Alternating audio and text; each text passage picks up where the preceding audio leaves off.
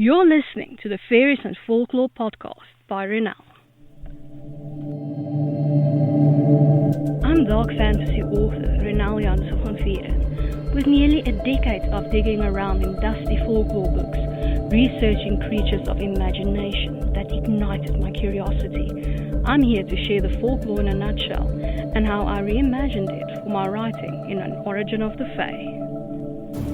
This is the Fairies and Folklore podcast. Hi, I'm your host, Renal Jansen van Vieren. You can just call me Renal.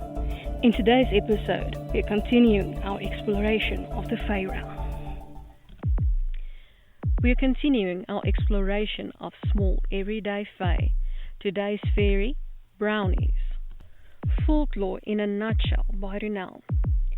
Who wouldn't want someone around to finish their work in the darkness of night?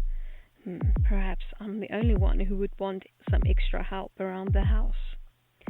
Brownies are small, helpful fae who live in the house and carry out useful household tasks left undone at night, like churning butter, polishing furniture, or doing the laundry. They originally came from Scotland and northern England, but can be found under various names across the world. Brownies are usually clothed in rags or are stark naked and will leave your home if you dare offer them clothes. They can bond with either a person, an animal, or the property itself and will be offended by any who treats it badly. Brownies like honey and cream, so leave some on your kitchen counter for it to find as a treat and not as payment. They are easily angered and then turned into boggarts, destructive versions of themselves who delight in breaking things. And now for my interpretation of the Fae in An Origin of the Fae, brownies.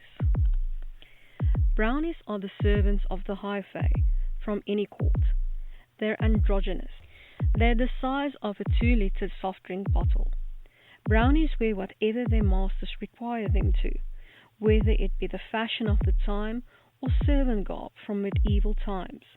They're obsessed with technology and like the kitchens they work in to be stocked with the best and newest gadgets. They're excellent cooks. Brownies are tireless helpers to those they deem worthy. They're obsessed with cleaning and cleanliness. They don't like it when others try to do their duties. As a little bonus, let's look at the translation of brownies into Afrikaans. Huiskabouters. This is of my own making. I hope that you've enjoyed this episode of the Fairies and Folklore podcast and that you've learned something new about fairies. Remember that you can get a transcript of this episode in the description.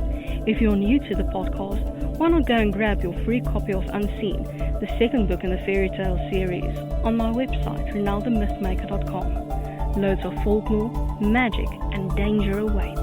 Take care.